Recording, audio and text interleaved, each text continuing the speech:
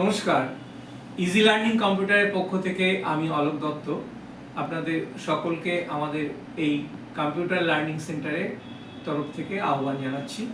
আমরা বিগত কয়েকটা ক্লাসে আমরা অনেক কিছু শিখিয়েছি, তার মধ্যে এক্সেল, ওয়ার্ড, পাওয়ার পয়েন্ট সমস্ত কিছুই আছে।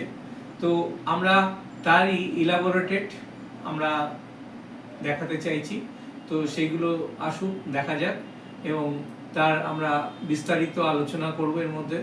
যদি এটা ভালো লাগে তাহলে আমাদের এই ভিডিওগুলোকে লাইক করবেন, শেয়ার করবেন, আর সাবস্ক্রাইব করা না থাকলে অবশ্যই সাবস্ক্রাইব করবেন। তো আসা যাক একটা পাওয়ার পয়েন্টের স্লাইড শোতে আমরা কিভাবে পিকচারগুলোকে কোলাপস করে এক জায়গায় আনতে পারি সেটা নিয়ে আসা যাক। তা প্রথমে আমরা স্লাইড শোতে গিয়ে নিউ স্লাইড নিচ্ছি এবং নিউ স্লাইডের মধ্যে যে বিভিন্ন রকম যে অপশান আছে সেই অপশানগুলোকে আমরা এক এক করে সিলেক্ট করে নিলাম। তো স্লাইড প্রথম যে স্লাইডটা আছে সেই স্লাইডের মধ্যে গিয়ে আমরা টেবিলের তার কতগুলো ঘর, রো আর কলম আছে সেইগুলোকে নিয়ে নিলাম, টেবিলগুলোকে। কারণ প্রত্যেকটা এই টেবিলের মধ্যে বক্স যেগুলো করেছি সেই বক্সের মধ্যে আমরা ইনসার্ট করব, পিকচারও ইনসার্ট করতে পারি, আবার লেখাও ইনসার্ট করতে পারি। তার আগে হচ্ছে যে আমরা কভার প্লেট যেটা নেব সেই কভার প্লেটটা সিলেক্ট করলাম। সেই কভার প্লেট সিলেক্ট করার পরে এবার কালার দিলাম। এখানে কালার নেওয়ার পরে সেই কালারগুলো সিলেক্ট করার পর প্রত্যেকটা বক্সের মধ্যে গিয়ে আমরা পিকচার অ্যাড করব। তো সেই পিকচার অ্যাডের জন্য এখানে ফ্রন্ট সাইজটা নিয়ে নিচ্ছি। ফ্রন্ট সাইজের পরে লেটার কোন স্টাইলটা আমরা পছন্দ করছি সেই স্টাইলটা নিয়ে নিচ্ছি। সেই স্টাইলটা নেওয়ার পরে এবার আমরা আমাদের যে ছবিগুলো আছে সেই ছবিগুলোকে আগে ডাউনলোড করে নেব, অথবা যেখানে আছে যে ফোল্ডারে সেই ফোল্ডার থেকে সিলেক্ট করে তারপর আমরা একটা একটা করে এই বক্সের মধ্যে ইনসার্ট করব। তো এইভাবে আমরা প্রত্যেকটা পাওয়ার পয়েন্টের প্রেজেন্টেশন, যদি আমরা মনে করছি এটা একটা ট্যুর অ্যান্ড ট্রাভেলসের স্লাইড শো বানাচ্ছি, তো একটা জায়গায় সাপোজ আমি হরিদ্বারের কথা ধরছি, সেই হরিদ্বারের কী জায়গা আছে দর্শনীয় জায়গা সেই ছবিগুলোকে একত্রিত করে তারপর সেই ছবিগুলোকে এরকম পাওয়ার পয়েন্টের মধ্যে এক জায়গায় নিয়ে এসে কোলাপস করব। তো সেইগুলো আনতে গেলে আমরা কি করতে হয় সেই অপশানগুলো আমি এখানে আপনাদের দেখাচ্ছি এবং এটা প্র্যাকটিক্যালি প্রত্যেকটা ঘরে নিয়ে গিয়ে সেই ঘরে নিয়ে গিয়ে মাউস ক্লিক করে সেখান থেকে ওপেন করে সেই বক্সের মধ্যে নিয়ে এসে এবার আমরা পেস্ট করব।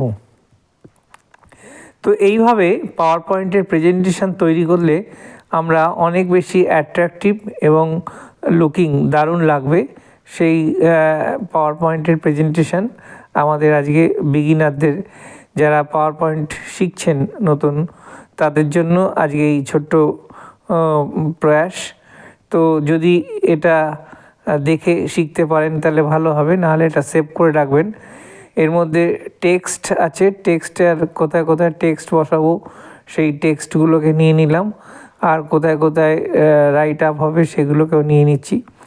নিয়ে এসে এখানে আবার কালার সিলেক্ট করব, যে কালারে কোন কালারে আমি টেক্সটায় বসাবো, এবং সেই কালারটা কম্বিনেশন দেওয়ার পরে এই টেবিলগুলোকে পুরো নিয়ে এরপরে আমরা এর মধ্যে ছবিগুলোকে ইনসার্ট করব। তার আগে মনে রাখতে হবে যে ছবি ইনসার্ট করতে গেলে ছবিগুলো কিন্তু আগে একটা জায়গায় ডাউনলোড করে রাখতে হবে। সেই ছবিগুলো নিয়ে এবার এখানে প্লেটগুলো দিয়ে ব্যাকগ্রাউন্ড কভার প্লেট সবগুলোকে সিলেক্ট করে নিয়ে তারপর আমরা সেই প্লেটের মধ্যে আমরা আস্তে আস্তে করে এক একটা করে ছবিগুলো বসিয়ে দেবো। তো এইভাবে যদি আমরা প্রেজেন্টেশন তৈরি করি তাহলে আমরা দেখতে পাবো খুব সুন্দর একটা দারুণ গেটআপের একটা প্রেজেন্টেশন তৈরি হবে। এই যে এখানে আমার মাই ডকুমেন্টসের মধ্যে ছবিগুলো আছে সেই ছবিগুলো নিয়ে এসে এর মধ্যে বসিয়ে দিলাম। দেখতেই পাচ্ছেন এখানে একটা হরিদ্বারের সমস্ত সাইট সিনের আর কোন কোন জায়গা দর্শনীয় আছে তার ছবিগুলোকে আমরা আগেই করে রেখেছিলাম, সেই প্লেট থেকে নিয়ে এসে এখানে নিয়ে এসে আমরা ইনসার্ট করে দিলাম। তো এটা একটা সুন্দর চেষ্টা, এবং এইভাবে করলে যেটা গেট আপটাও ভালো হয় এবং একটা পাওয়ার পয়েন্ট এর মধ্যে স্লাইডের মধ্যে আমরা এতগুলো ছবি একসঙ্গে ইনসার্ট করতে পারলাম।